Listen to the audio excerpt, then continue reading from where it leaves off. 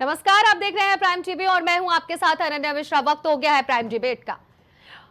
पूरे भारत में इतिहास के पन्नों पर अब राजनीति की जा रही है।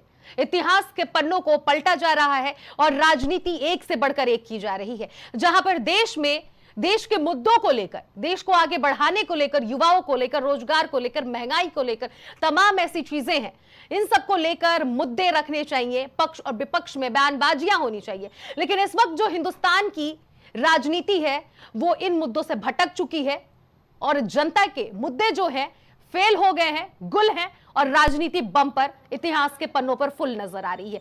ऐसा ही एक बार फिर से मामला उत्तर प्रदेश की राजधानी लखनऊ में और लखनऊ के साथ साथ कई ऐसे राज्य हैं जहां पर एक बार फिर से करड़ी सेना और अगर बात की जाए क्षत्रिय महासभा संगठन के कई ऐसे कार्यकर्ता हैं जो आज धरना प्रदर्शन दिए हैं। राजधानी लखनऊ की बात कही जाए तो 1090 चौराहे पर ये सभी प्रदर्शनकारियों ने आज जमकर विरोध प्रदर्शन किया है। इनका मांग सिर्फ और सिर्फ एक ही है कि राणा सांगा पर जो विवादित बयान रामजी लाल सुमन जो समाजवादी पार्टी के सांसद है उन्होंने जो दिया है उसे वो वापस ले और राणा सांगा की मूर्ति के सामने जाकर माफी मांगे, या फिर अखिलेश यादव उन्हें सांसद पद से हटा दे, यानी कि उन्हें निष्कासित कर दे। अगर इन दोनों में से कोई भी कार्य नहीं होता है तो 11 तारीख तक इन दोनों संगठनों की बात कही जाए, करड़ी सेना और क्षत्रिय महासभा संगठन के जितने भी कार्यकर्ता, इन लोगों ने खुलेआम चुनौती दी है कि 11 तारीख तक हम समय दे रहे हैं। 11 तारीख तक राणा सांगा की मूर्ति के सामने रामजी लाल सुमन जाकर नतमस्तक हो जाएं, माफी मांगे। उसके बाद से हम लोग अपना धरना प्रदर्शन, तमाम जो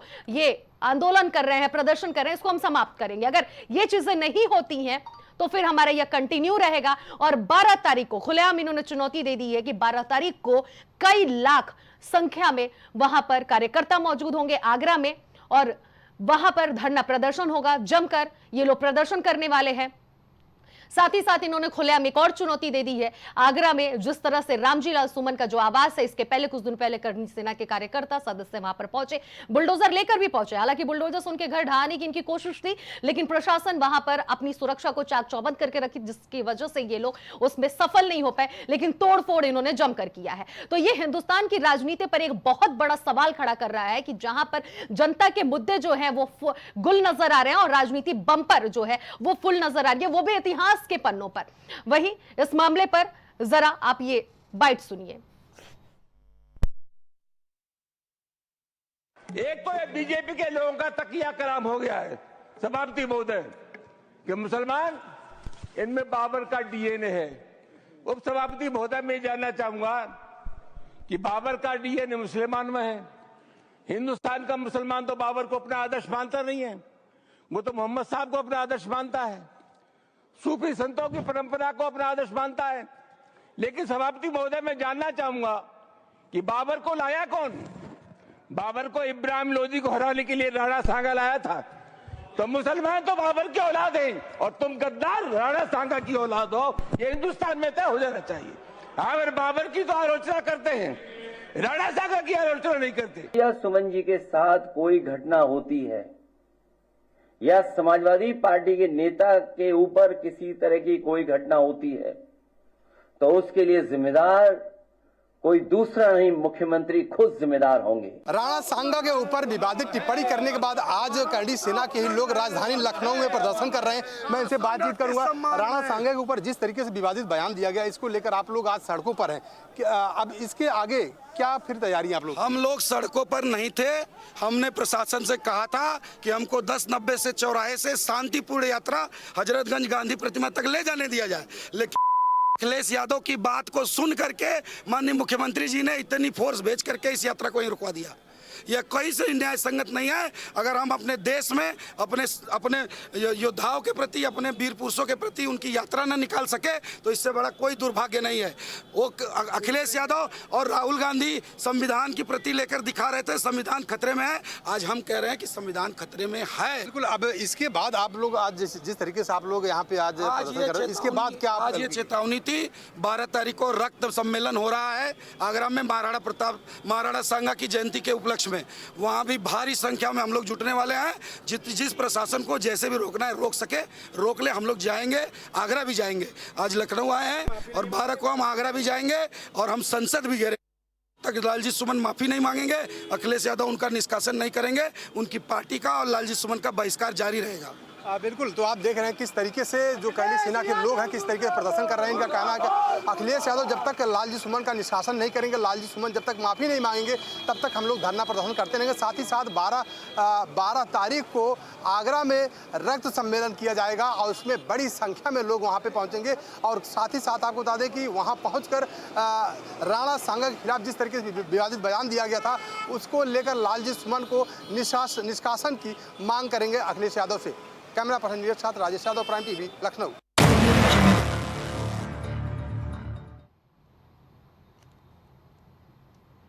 तो यहाँ आपने सुना कि किस तरह से सभी कार्यकर्ताओं के अंदर आक्रोश भरा हुआ नजर आ रहा है और जमकर बवाल कर रहे हैं। खुलेआम एक प्रदर्शनकारी ने भी चुनौती दे दी है कि रक्त सम्मेलन 12 तारीख को आगरा में किया जाएगा। आगरा में करने की सबसे बड़ी वजह तो यह है कि रामजी लाल सुमन वहां पर उनका आवास है, वो वहां के रहने वाले हैं। ऐसे में आगरा में यह प्रदर्शन जमकर किया जाएगा।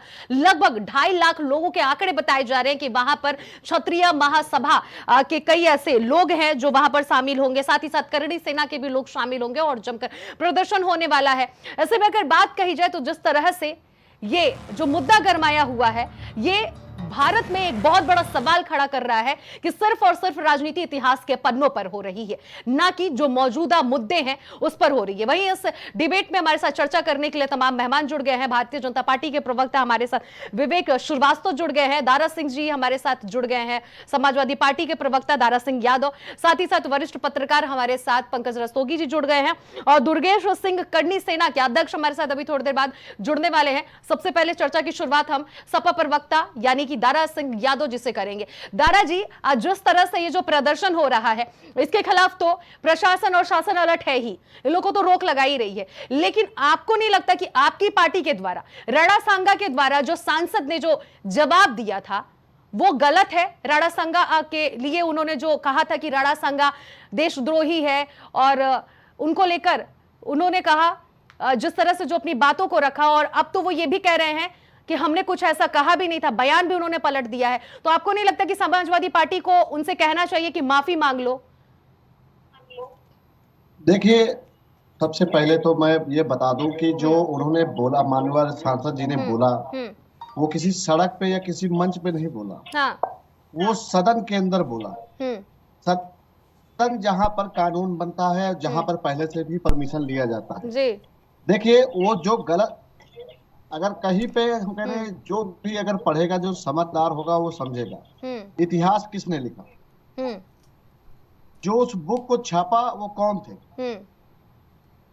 भाई, अगर हमारे महापूर्वजों के लिए कुछ गलत लिखा गया तो मैंने उसके लिए सुप्रीम कोर्ट का दरवाजा खटखटाया। हम सड़क पे हुड़दंग नहीं मचाया, मैं किसी के घर पे बुलडोजर लेके नहीं पहुंचा हूं। जब भी कोई चीज की हम लोगों ने टिप्पणी की तो हमारा विरोध किसने किया आके सड़क पे? मैं इसी कार्यकारिणी से पूछना चाहता हूं और क्षेत्रीय समाज से पूछना चाहता हूं, जब पिछड़े दलित के ऊपर कोई अत्याचार होता है तब आप कोई पंचायत क्यों नहीं करते? जब किसी दलित बेटी के साथ अत्याचार हो जाता है तब ये कार्यकारिणी सेना कहाँ रहती है? और माफी किस लिए? भाई, कहीं रोड पे या सड़क पे मंच पे नहीं बोला गया है, सदन में उठाया गया है। और जब सदन में उठाया गया, अगर उससे किसी को आपत्ति है तो सुप्रीम कोर्ट जाए, जैसे ललाई यादव जी गए थे और जीत के आए वो। भाई, जब टिप्पणी वहां गलत थी, उन्होंने संशोधन के लिए कहा तो हुआ। अभी किसी ने, आपने ही इसमें बयान सुना रहे थे, किसी कार्यकर्ता ने बोल रहा था कि संविधान खतरे में है। अगर आपको संविधान जब मानते होते तो आप हुड़दंग मत मचाते, लफंगाई नहीं करते, आप सीधे सुप्रीम कोर्ट जाते और उसको चैलेंज करते।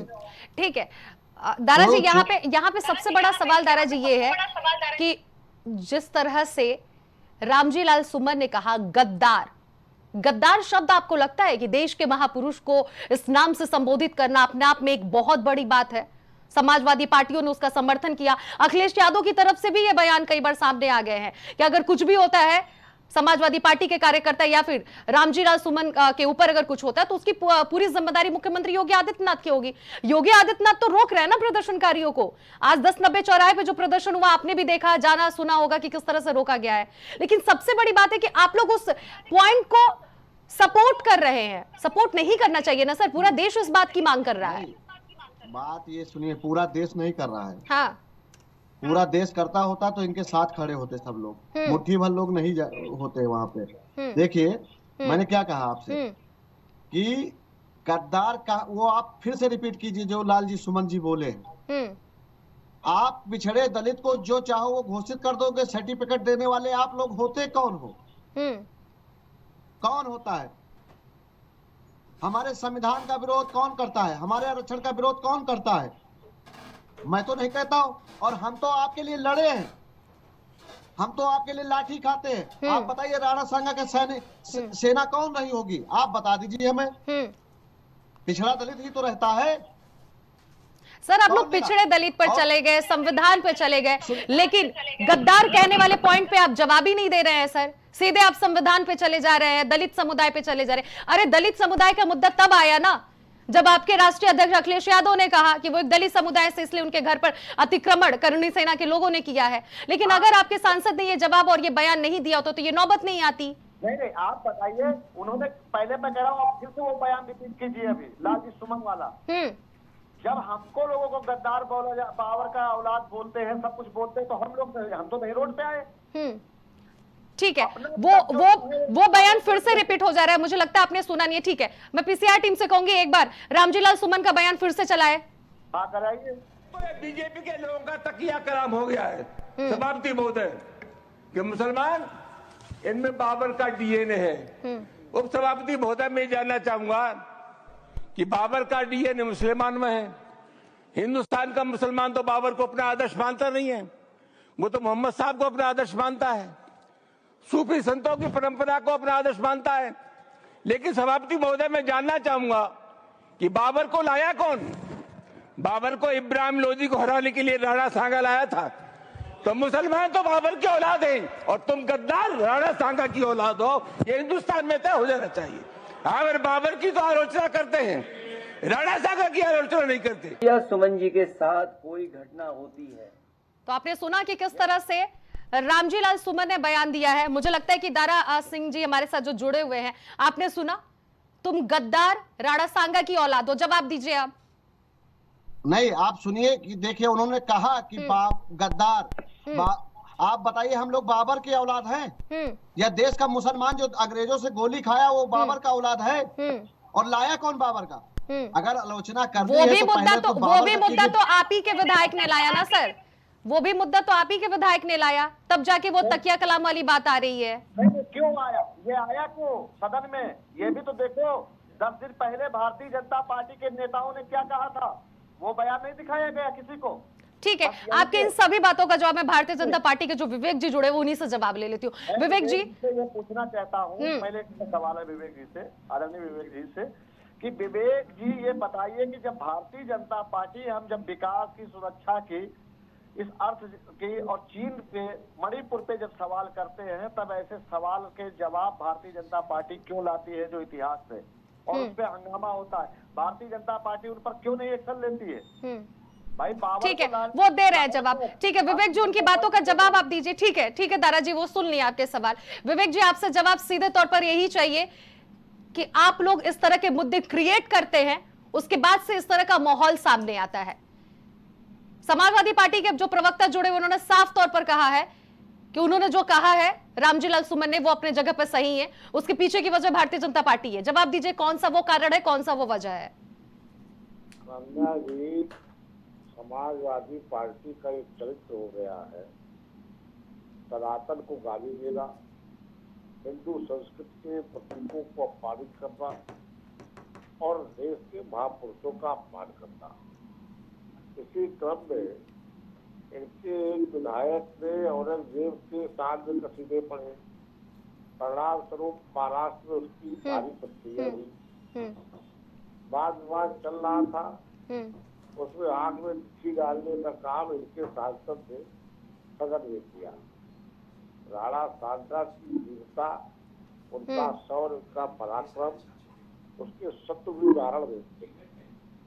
उनके बारे में जिस तरह की अपमानजनक टिप्पणी इनके सांसद ने की है और ये उसको दलित और क्षत्रिय का एंगल देने की कोशिश कर रहे हैं। राणा सांगा केवल क्षत्रियों के सिरमौर नहीं है, राणा सांगा सनातन संस्कृति की भारत के बारे में पढ़ा मुद्दा है।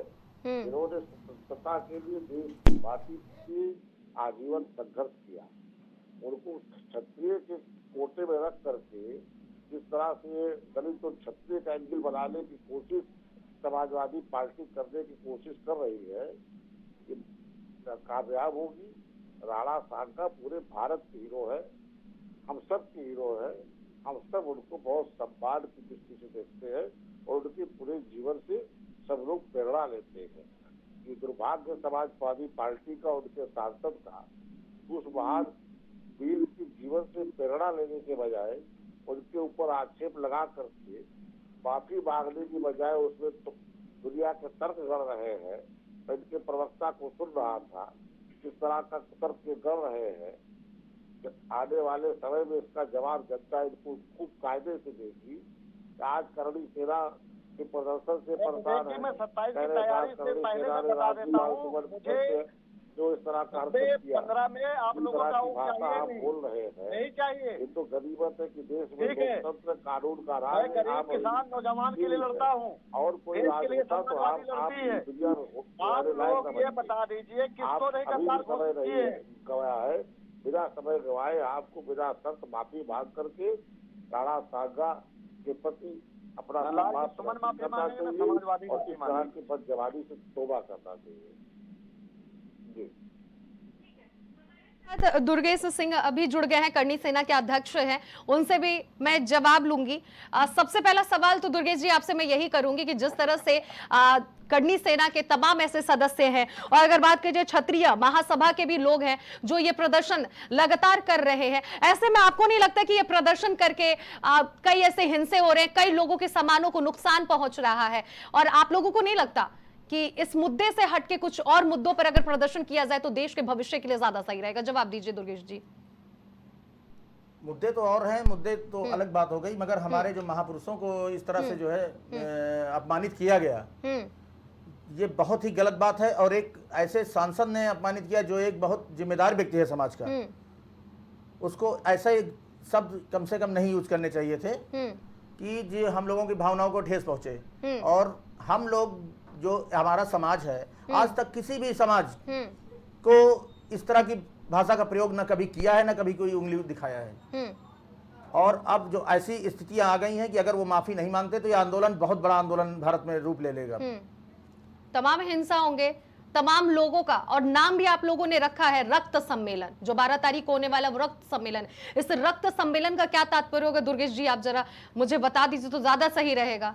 नहीं, ये तो हम लोगों ने अपनी उनकी जयंती मना रहे हैं, उस दिन जयंती है उनकी। हाँ। तो वो तो जयंती मना रहे हैं, कोई ऐसा नहीं है हमारा। जी ठीक है, हमारे साथ वरिष्ठ पत्रकार भी जुड़े हुए, इन्हीं से मैं जवाब लूंगी पंकज जी से। पंकज जी, सबसे पहले तो सवाल यही करूंगी कि सभी लोगों की बातें आपने सुनी है, अब आप बताइए कि क्या लगता है जिस तरह से जो प्रदर्शन हो रहा है, क्या ये उचित है या फिर राणा सांगा को लेकर जिस तरह से विवादित बयान उन्होंने दिया था रामजी लाल सुमन ने, क्या वो सही है?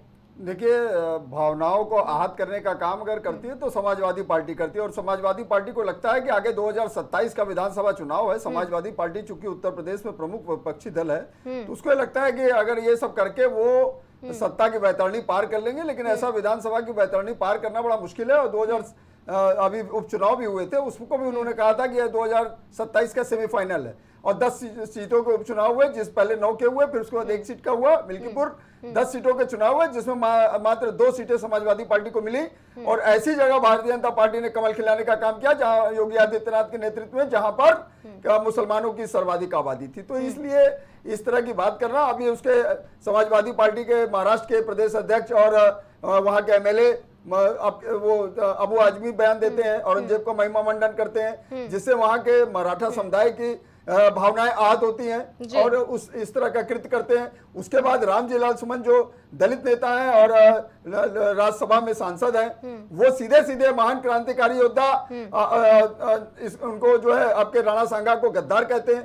ये कितनी गलत बात वो बयानबाजी करते हैं। तो वो मतलब ये सोचते हैं कि इस तरह का कृत्य करके और फिर वो ये बात कह देंगे कि मैं दलित हूं, मेरे बयान को तोड़ मरोड़ कर पेश किया गया। आप देखिए, आपने तो खुद ही फुटेज चलाया, उसमें कैसे वो राज्यसभा उच्च सदन होता है इस देश का, उसमें किस तरह से वो ठाकुर समुदाय की भावनाओं को आहत करना है, इसीलिए करणी समुदाय के लोग, और देखिए करणी समुदाय के बहुत गुट है पूरे देश में।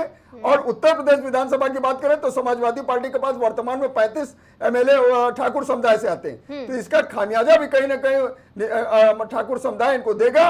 और ये मान के चलिए 27 में अखिलेश यादव को इसकी वैतरणी का पार करने में बहुत मुसीबत आएगी, जिस तरह से वो इसका समर्थन करते हैं और जिस तरह से आपके रामजी लाल सुमन ने आज तक माफी नहीं मांगा।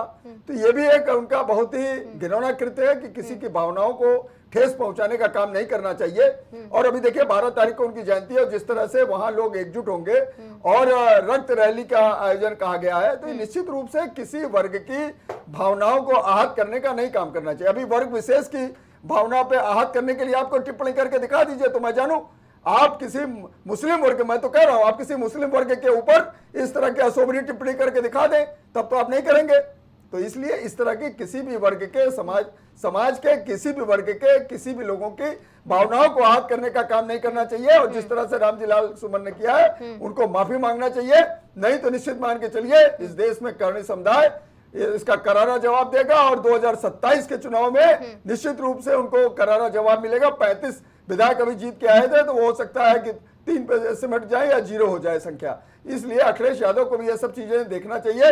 अभी अखिलेश यादव ने किस तरह का बयान किया देखिए, वो कहते हैं कि एक अखबार है उसको आप ना पढ़िए, न्यूज चैनल है, एक न्यूज चैनल है, प्रोमिनेंट न्यूज चैनल है, उसको मत देखिए। तो इस तरह का वो क्या दर्शाना चाहते हैं। और उसी अखबार पे मुलायम सिंह यादव जो संस्थापक अध्यक्ष थे, पूरे नॉर्थ इंडिया का सर्वाधिक प्रसारित अखबार है, उसके ऊपर अटैक करने का काम किया था, हल्ला बोल करने का काम किया था। तो मीडिया को भी नहीं छोड़ते हैं, मीडिया के लोगों को से जाति पूछते हैं।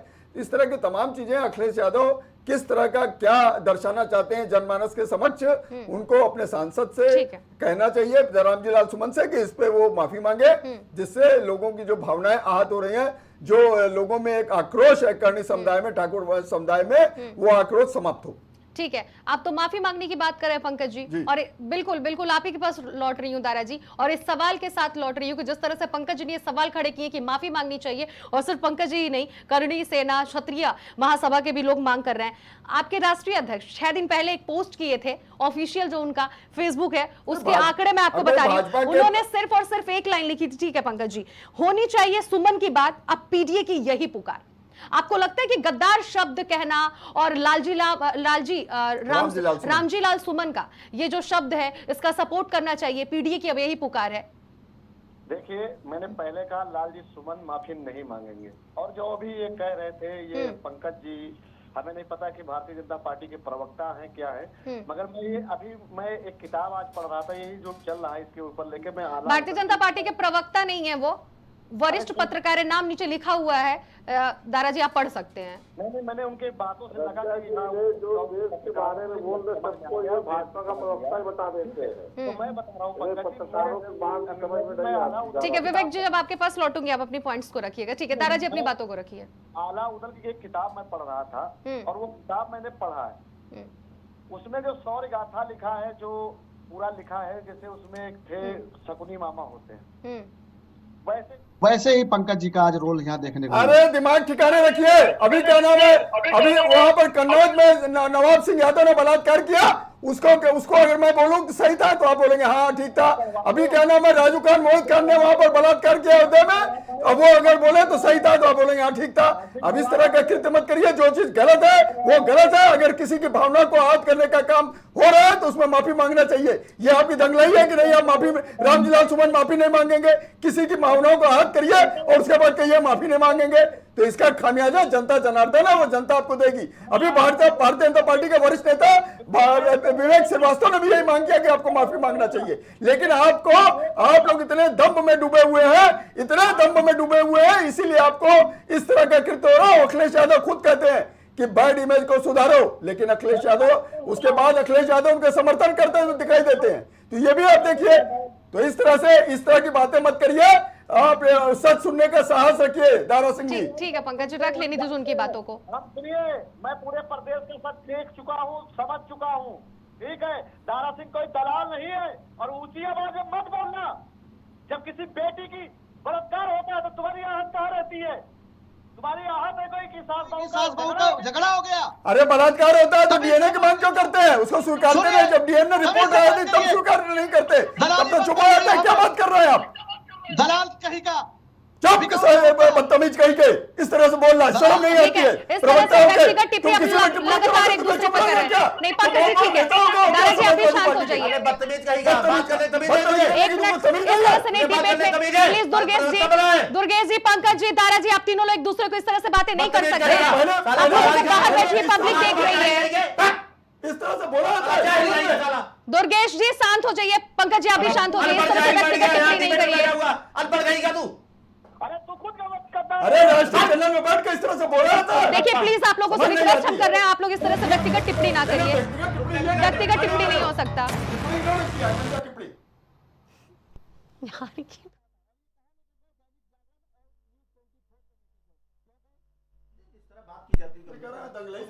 नहीं बोले, नहीं इस तरह से नहीं, व्यक्तिगत टिप्पणी नहीं। बाहर बैठी हुई जनता भी आप लोगों को देख रही है, बदतमीज शब्द का इस्तेमाल हो रहा है एक दूसरे पर लगातार। आप लोग ठीक है, पहले कोई भी बोल रहा है, ठीक है, अपने अपने संस्कार को हमें कायम रखना है, हम अपने संस्कार को दिखा रहे हैं। इस तरह से नहीं हो सकता ना। आप लोगों की लगातार बातें आ रही हैं। दादाजी आप अपनी बातों को रखिए और व्यक्तिगत टिप्पणी नहीं करिएगा। ये लोग भी व्यक्तिगत टिप्पणी नहीं जा रहे हैं आपको करने, आप अपनी बातों को रखिए। देखिए मैंने पहले कहा, अगर किसी को आपत्ति है सुप्रीम कोर्ट जाए, सुप्रीम कोर्ट में जो फैसला होगा वो सबके सामने होगा। जिस तरह से ललाई यादव जी गए थे, परियार जी गए थे, उसी तरह आप भी जाइए। अगर आप संविधान को मानते हो, देश के कानून को मानते हो, आप मतलब ये जाहिर करना चाहते हो सड़क पर आकर कि आप कानून को नहीं मानते हो, संविधान को नहीं मानते हो, और यहाँ तक क्या समाजवादी पार्टी के किसी भी नेता के साथ कुछ भी घटना होती है उसके जिम्मेदार उत्तर प्रदेश के मुख्यमंत्री होंगे, क्योंकि मुख्यमंत्री के बिना यहाँ पत्ता नहीं हिलता है।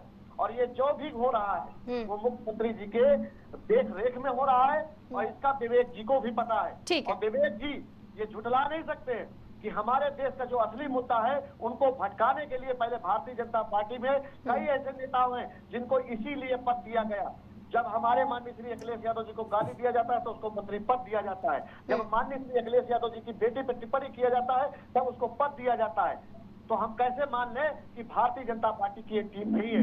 ये कोई जो महापुरुषों को मानते हैं वो महापुरुषों के रास्ते पे चलते हैं, और जो लोग लफंगाई गुंडाई करते हैं वो कभी संविधान को नहीं मान सकते, वो कानून को नहीं मान सकते। उनको एक ही बात समझ में आती है, वो है जेल। किसी को कैसे अधिकार दे दिया किसी के महापुरुषों को बदनाम करने को, इस तरह दलाल और झूठा गद्दार कहने को? आप बताइए, ये क्या सच है?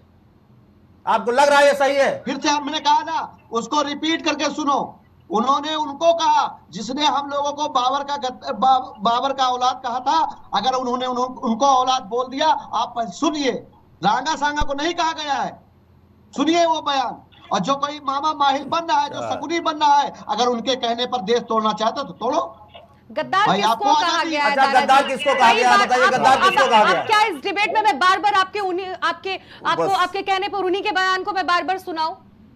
गद्दार शब्द उन्होंने इस्तेमाल खुलेआम किया है सर। आपको बताइए, उसके पहले बाबर का औलाद कहने वाले नेता बाबरनामा में खुद बाबर ने उनकी तारीफ लिखी है। नहीं, मैं क्या कह रहा हूँ, उनकी भी तो दिखाओ जो हम लोगों को बाबर का औलाद बोले। वो भारतीय जनता पार्टी के नेता का क्लिप क्यों नहीं दिखाया जा रहा?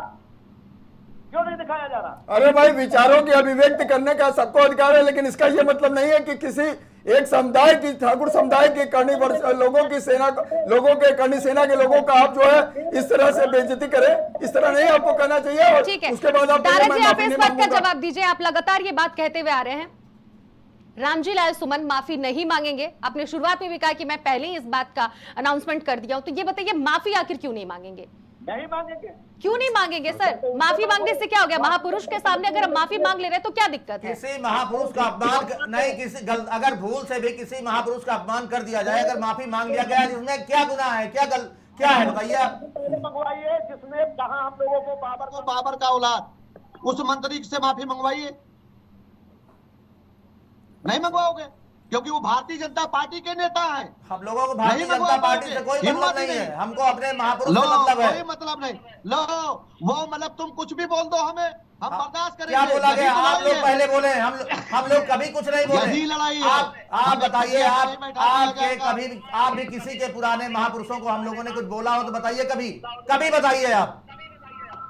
अरे जब हमारे सामने हम लोग खटिया पे नहीं बैठ सकते हैं, मोच नहीं रखा सकते हैं, घोड़े पे नहीं बैठ सकते हैं, तो इससे ज्यादा और क्या बुरा होगा। अब दारा जी दारा जी आपके विचार ही जब पूरे निगेटिव है तो आपसे क्या बहस किया जाए? आप बिल्कुल ही मान चुके हैं। मैं सच्चाई, आप इतिहास में जाओगे, इतिहास की बात करोगे, वर्तमान में आओगे, वर्तमान में बताऊंगा। आप बात कीजिए ना, हम चर्चा करने के लिए तैयार हैं। मगर बात चर्चा तो हो ही रही है, चर्चा तो हम भी कर रहे हैं आपसे। ठीक है, विवेक जी से जवाब ले लेती हूँ। ठीक है, डिबेट इतनी देर से चल रही है। ठीक है विवेक जी, आपसे जवाब यही चाहिए कि साफ तौर पर उन्होंने, दारा जी ने कह दिया। ठीक है दारा जी, बाद में लौटूंगी आपके पास। सभी लोगों का जवाब मैं आप ही से लूंगी, और कोई नहीं बैठा है यहाँ पे। विवेक जी जवाब दीजिए, ये तो माफी मांगने से साफ तौर पर इनकार कर रहे हैं कि नहीं मांगेंगे रामजी लाल सुमन। अब जिस तरह से जो प्रदर्शन हो रहा है, कितना उचित है? क्या सफलता मिलेगी? कोई सफलता नहीं मिलने वाली है। और ऐसे प्रदर्शन में सिर्फ और सिर्फ खून और कत्ल होंगे, लोगों की चीजों के नुकसान होंगे। अनंत्या जी पंकज जी वरिष्ठ पत्रकार है, उन्होंने अभी कहा कि राणा सांगा के ऊपर जो अपमानजनक टिप्पणी की है, इससे क्षत्रिय लोगों का मन बड़ा हाथ है, उसमें थोड़ा संशोधन करना चाहूंगा। उससे पूरे देश के हिंदू समाज का मन हाथ है। राणा सांगा पूरे हिंदू समाज के सिरमौर थे, केवल क्षत्रियों के सिरमौर नहीं थे।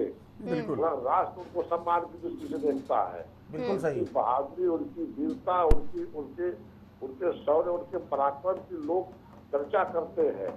उनके पराक्रम की चर्चा मात्र से लोगों के शरीर से रोए, अंदर की रोए खड़े हो जाते हैं। ऐसे वीर बाकुरे के ऊपर जिस तरह से अपमानजनक टिप्पणी रामजी सुमन ने की है, और उसके बावजूद बहुत बेहयाई से समाजवादी पार्टी की प्रवक्ता करने को माफी नहीं मांगी। आज करणी सेना सड़कों पे है, पूरा देश इनके खिलाफ सड़कों पर उतरेगा और इनको इनके किए का दंड मिलेगा। जिस तरह की धर्मता ये दिखा रहे हैं समाजवादी पार्टी के प्रवक्ता और समाजवादी पार्टी के नेता, इनका इलाज सदन में भी होगा, सड़कों पर भी होगा और ईवीएम में भी होगा। जहाँ ये मिलेगी तहाँ जनता इनका इलाज करेगी। और इलाज शुरू हो गया है, और फिर जब इलाज हो रहा है तो फिर किसी को ये ना बताना चाहिए कि तो ये प्रदर्शन करने से सफलता मिल रही है सर? प्रदर्शन करने से सफलता मिलेगी या फिर 12 तारीख को जो होने वाला उससे क्या सफलता मिलेगी बताइए? प्रदर्शन तो एक संदेश है, एक चेतावनी है। इसके आगे की जो कार्रवाई होगी वो इनके लिए एक मिसाल होगी। जिस तरह से समाजवादी पार्टी इस देश से अब समाप्तवादी होने जा रही, कस्तूपड़ा साफ होने जा रहा है। आपने देखा कि लोकसभा चुनाव में जो गलती जनता से हो गई, उस गलती को जनता ने कितने तेजी से सुधारा। 10 में 2 ही इनके खाते में आई है, और इतने अंतर से लोग हार के बैठे हैं कि इनके राष्ट्रीय अध्यक्ष का मुंह भी नहीं है कि कहीं से कह सके कि इसमें बेईमानी हुई है। इतना भारी अंतर से जनता ने इनको हरा के बैठाया है चुनाव में। तो ये इनकी बेहयाई, इनकी बेशर्मी का जवाब जनता खूब कायदे से दे रही है। और जिस तरह से उन्होंने अपने लिए कोड़ में खाद पैदा कर लिया है, राणा सांगा जी के सम्मान में उनकी अवहेलना करके, वो दंड इनको इतना भारी पड़ेगा कि समाजवादी पार्टी इतिहास के पन्नों में सिमट जाएगी। जी ठीक है, इसका जवाब मैं ले लेती हूँ। दारा जी से लेकर फिर सीधे मैं पंकज जी के पास लौटूंगी, उसके बाद से दुर्गेश जी के पास भी जाऊंगी। दारा जी जवाब दीजिए, इस प्रदर्शन, ये प्रदर्शन लगातार रहेगा और ये प्रदर्शन होगा तभी जाकर चीजें पूरी तरह से क्लियर होंगी। इनकी पूरी बातों को आपने, मुझे लगता है कि ध्यानपूर्वक सुना है। देखिए विवेक जी एक सीनियर प्रवक्ता हैं, काफी समय से मेरे साथ बैठते हैं, इनको भी पता है कि, और ये कई डिबेटों में मुझसे हार कर भाग के गए हैं। और मैं विवेक जी आपको फिर आज कहता हूँ, खुली चैलेंज देता हूँ कि आप इसमें आग डालने का काम मत कीजिए। नहीं, ये देश आपको जला के राख कर देगा। भारतीय जनता पार्टी को भस्मासुर मत बनिए। आप उनको समझा सकते हैं कि वो सुप्रीम कोर्ट जाएं, उस टिप्पणी को हटवा ले, मगर नहीं हटवाएंगे वहां जो लिखा है। ठीक है, दूसरी चीज ये कि भारतीय जनता पार्टी देश के अंदर जब तक लाल खून सड़कों पर नहीं देख लेती, इसको नींद नहीं आती। जब भी भारतीय जनता पार्टी सत्ता में होती है तो मर्डर, हत्या, चोरी, बलात्कार जैसी घटनाएं होती हैं। जब ये विपक्ष में होते हैं तब दंगा कराते हैं। और इनसे मैंने कितनी बार कहा है कि आप मट्टी तेल मत डालिए, समझ जाइए। नहीं, पिछड़ा दलित पीडीए जो चला है ये आपको पंची जीतने लायक नहीं छोड़ेगा। अभी जो आपके 35-37 विधायक सांसद जो बन रहे हैं वो भी बनना बंद हो जाएंगे। 90 बनाम 10 की अगर लड़ाई चालू हो गई इस देश में तो आप कोई खेत में काम करने वाला मिलेगा, ना आपके घर में काम करने वाला मिलेगा, ना कोई बचेगा। फिर वो इतिहास लेकर आप बैठे रहना। मैं खुला कह रहा हूं, ये गंभीरता से सोचना। नौजवानों के भविष्य के साथ खिलवाड़ करोगे तो ये प्रकृति ऐसा खिलवाड़ कर देगी, विवेक जी जिंदगी भर गाते रहोगे कि हमने ये क्या कर लिया। जो पिछड़े दलित हमारे दरवाजे कुछ आते भी थे, हमारी सुनते थे, अब कोई सुनना बंद कर दिया। बाकी जो आप लोगों के मुद्दा हो उठाते रहिए। समाजवादी अपनी लाइन खींच चुका है, वो पीडीए के लिए लड़ाई करेगा और उनके अधिकार के लिए लड़ेगा। आप किसी की लड़ाई लड़िए मगर किसी के महापुरुषों को आप शब्द न बोलिए, इतिहास को मत करिए जो चीज आप लोग नहीं जानते। ठीक है, आप ही से जवाब ले लेते हो दुर्गेश जी, उसके बाद से मैं पंकज जी के पास लौटूंगी। दुर्गेश जी, इस बात का जवाब दीजिए। साफ तौर पर तो आप लोग सुन ही रहे हैं, ये माफी नहीं मांगेंगे, उन्होंने गलत नहीं कुछ बोला है और बार बार उसी बयान को रिपीट कर रहे हैं। ऐसे में इस तरह का जो प्रदर्शन हो रहा है कितने हद तक सही है? आप लोगों को नहीं लगता कि इस तरह से तमाम दंगे होंगे, तमाम फसाद होंगे, तमाम लोगों के शरीरों पर नुकसान पहुंचेगा, तमाम चीजें होंगी, तमाम लोग आहत होंगे इस चीजों से? ऐसे में इस चीजों को स्टॉप करके हम आगे बढ़े। जिन्होंने जो बोला उन्होंने अपने व्यक्तित्व को दर्शाया और हम अब जनता से जुड़े हुए मुद्दों को अगर उठाए तो ज्यादा चीजें सही रहेंगी। हम लोग जितना भी प्रदर्शन कर रहे हैं, कभी आप देखिए कि शांतिपूर्ण ढंग से प्रदर्शन कर रहे हैं, ना किसी को जो है किसी के गाड़ी। सर, आगरा में शांतिपूर्ण तरीके से कहा हुआ था, वहां पे तो उन लोगों ने पत्थरबाजी की थी ऊपर से। दादाजी वो दे रहे हैं जवाब। आगरा में किस तरह से शांतिपूर्ण प्रदर्शन हुआ था बताइए? पत्थरबाजी हुआ, लोगों की गाड़ियों को तोड़ दिया गया, पत्थरबाजी उन सांसद जी के घर से ऊपर से चला है। हम लोग तो शांतिपूर्ण ढंग से प्रदर्शन कर रहे थे। बुलडोजर लेकर कौन गया था सर? बुलडोजर कौन ले गया था? कोई नहीं। कौन ले गया था बुलडोजर और किस लिए बुलडोजर ले गया था? आप इस बात को ना करिए तो ज्यादा सही रहेगा। करनी सेना के वहां पे सदस्य जो मौजूद थे बुलडोजर लेकर गए थे, और बुलडोजर ले जाने का तात्पर्य क्या है? उनके घर को गिराने का तात्पर्य है? तो आप लोग भी थोड़ा सा विवेक से काम कर सकते हैं। किस तरह की चीजें ना हो देश और दुनिया में, अगर इन मुद्दों से अलग हट के हम काम करें तो ज्यादा सही रहेगा ना सर। हमारी लड़ाई किसी समाजवादी पार्टी से थी न किसी से थी। उस सांसद ने जो कहा था हम लोग व्यक्तिगत उसके विरोध कर रहे थे, मगर समाजवादी पार्टी उनका पूरा समर्थन कर रही है। सुप्रीम कोर्ट का दरवाजा खटखटाइए। 2027 में इनको समझाएंगे कि कैसे क्या होता है चुनाव। ठीक है, आपने 27 की धमकी दे दी, वो तो कह तो रहे सुप्रीम कोर्ट का दरवाजा खटखटाओ अगर हम गलत है तो। वहां भी जाएंगे हम लोग। अब अपना विरोध जता रहे थे, हमारे महापुरुषों को आहत किया गया था तो हम अपना विरोध जता रहे, शांतिपूर्ण ढंग से प्रदर्शन करके जता रहे थे। ठीक है, पंकज जी से जवाब ले लेती हूँ। ठीक है, और दारा जी यहाँ पे हंसने वाली बात बिल्कुल भी नहीं है। आप बार बार इस चीज को नकार रहे हैं कि गद्दार कहना गलती नहीं है, बार बार कह रहे हैं कि उस बयान को दोहराओ। दारा जी, हंसना बिल्कुल भी उचित नहीं है। आपके सांसद ने क्या सही कहा था? समाजवादी से हमारी कोई लड़ाई नहीं, सुनिए, समाजवादी से कोई लड़ाई नहीं। तो अखिलेश जी को माँ बहन की गाली देने वाले कौन है? वीडियो कौन है? वीडियो दिखाएं। हम लोगों को बहन माँ मतलब हमारे पूरे परिवार को गाली दे रहे हैं करनी सेना वाले, और बता रहे हैं हम शांतिपूर्वक कर रहे हैं। हथियार दिखा रहे हैं, तलवार दिखा रहे हैं, गोले बंदूक की बात कर रहे हैं। रक्त उसके खिलाफ एक्शन लिया जा रहा है ना सर, उसके खिलाफ एक्शन लिया जा रहा है। अखिलेश जी को अपने सांसद से माफी मंगवानी चाहिए थी कि नहीं, आप बताइए। उन्होंने पूर्ण समर्थन किया, सुप्रीम कोर्ट जाइए। ठीक है, पंकज जी से मैं जवाब लेती जाने में क्या हो रहा? ठीक है दारा जी, आपके पास फिर मैं लौटूंगी। पंकज जी, आपसे जवाब यही चाहूंगी, क्या भारतीय जनता पार्टी ये सारा दंगा फसाद करवा रही है? करनी सेना, क्षत्रिय महासभा संगठन को बुला के सारे दंगा फसाद भारतीय जनता पार्टी? नहीं, ऐसा कुछ नहीं। देखिए, ये बिल्कुल निराधार है। और दूसरी बात ये समझ लीजिए, इंडी गठबंधन के लोगों का इतिहास रहा है कि लोगों को बेइज्जत करना। इंडी गठबंधन की राष्ट्रीय अध्यक्षा रही उस समय, आपके जब द्रौपदी मुर्मू भारत की राष्ट्रपति होने जा रही थी, अनुसूचित जनजाति की पहली महिला राष्ट्रपति होने जा रही थी, तब सोनिया गांधी ने क्या कहा था? उनको राष्ट्रीय पत्नी कहा था। और कई दिनों तक डिबेट चलता रहा, कई दिनों तक चलता रहा, हठधर्मिता चलती रही और उन्होंने उनसे माफी नहीं मांगा।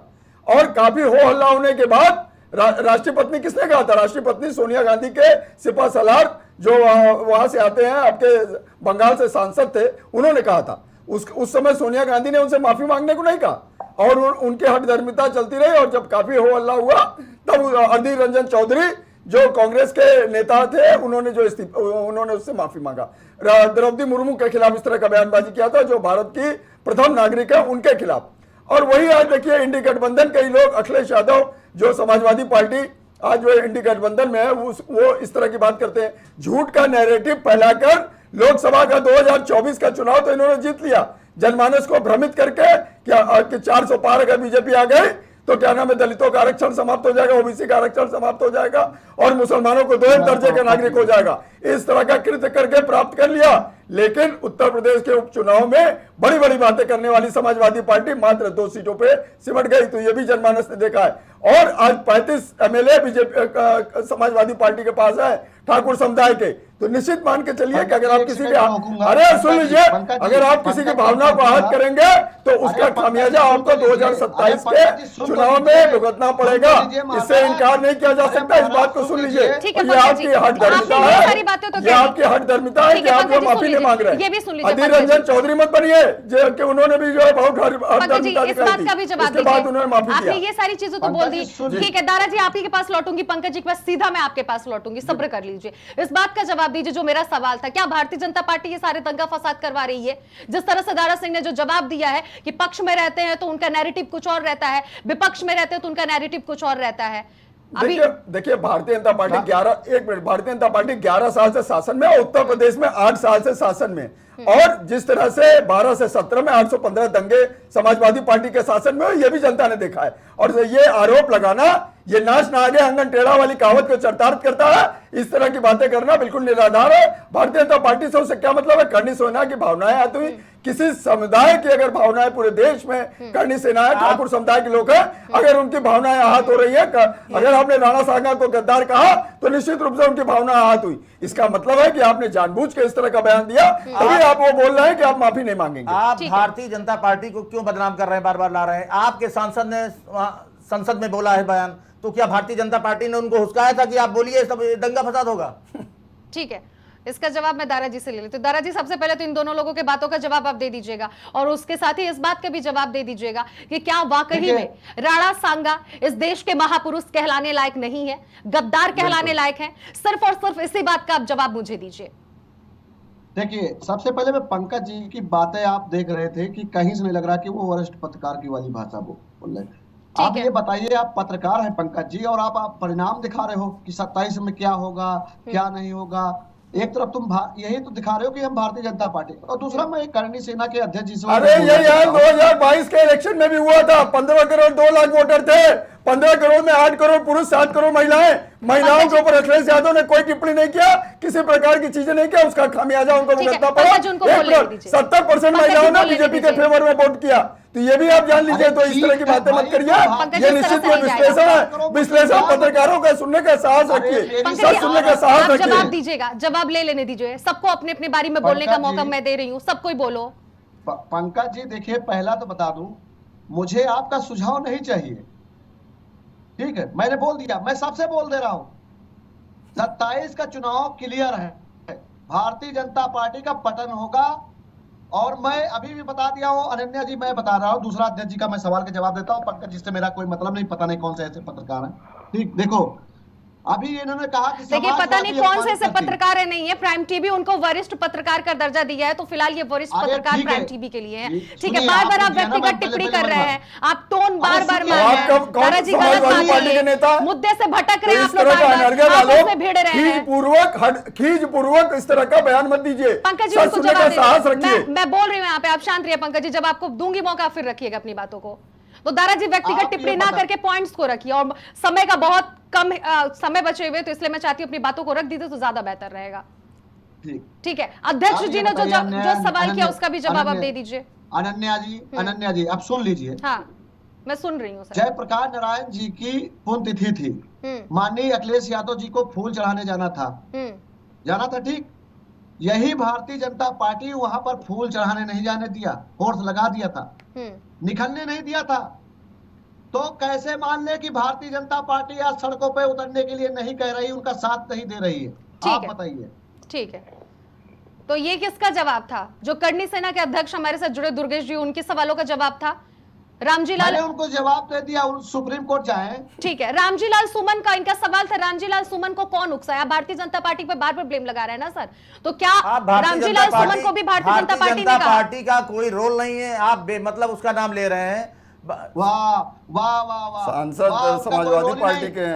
नहीं, आपके सांसद नहीं, संसद में क्या भारतीय जनता पार्टी ने आपके सांसद को उकसाया था कि ऐसे बोलो और दंगा उकसे?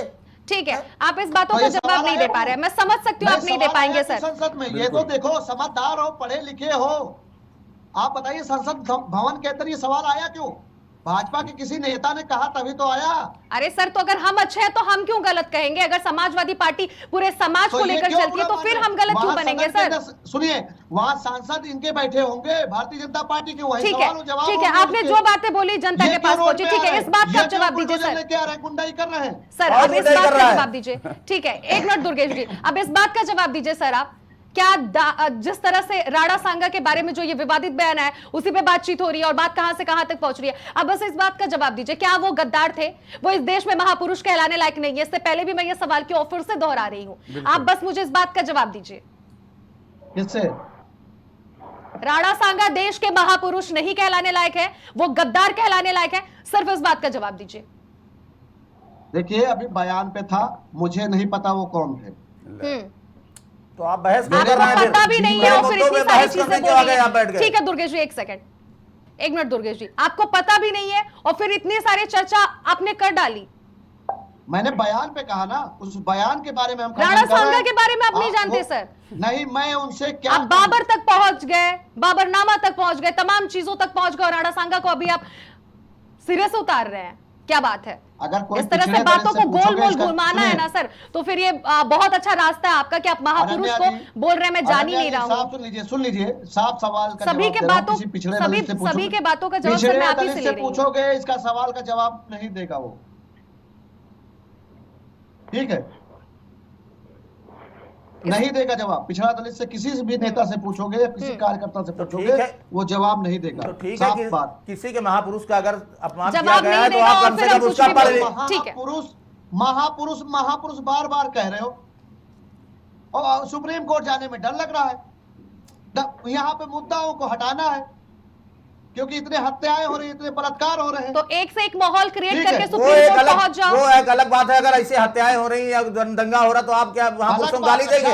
नहीं, आप गद्दार कहेंगे, आप गद्दार कहेंगे, दलित मरे तो अलग बात, आप गद्दार कहेंगे। दलित के महापुरुषों को अपमानित किया जाए तो अलग बात हो जाएगी।